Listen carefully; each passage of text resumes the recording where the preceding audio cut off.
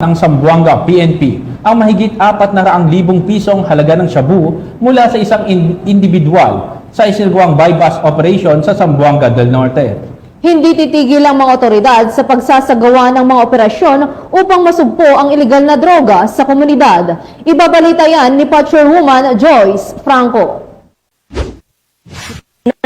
Nasabat at 400 laga ng shabu at arestado naman ang isang individual sa isinagawang operasyon sa sitio Anahaw, Barangay Galas, Dipolog City, Zamboanga del Norte. Kinilala ni Police Lieutenant Colonel Joseph Ian Eslo Franco, SOU 9 Commander, ang suspect na si alias Angkol, 50 anyos at residente ng Galas, Dipolog City, Zamboanga del Norte. Ikinasa ang bypass operation ng Special Operation Unit 9 PNP DEG kasama ang Dipolog CPS, PPDEU 9 at ZNPIT RIU 9 na nagresulta sa pagkakaaresto sa suspect at pagkakakumpiska ng isang large heat-sealed transparent plastic sachet na pinaghihinalaang shabu na may timbang na 60 gramo at tinatayang nagkakahalaga ng 408,000 budol money at iba pang non-drug evidence. Maharap sa kasong paglabag sa Republic Act 9165 o Comprehensive Dangerous Drugs Act of 2002 ang suspect. Patuloy ang Zamboanga PNP sa mas lalong pagpapaigting ng kampanya kontra illegal na droga upang masiguro ang kaligtasan ng bawat mamamayan.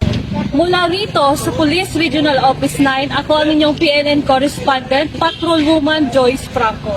Alagad ng batas, tagataguyod ng balitang pulis.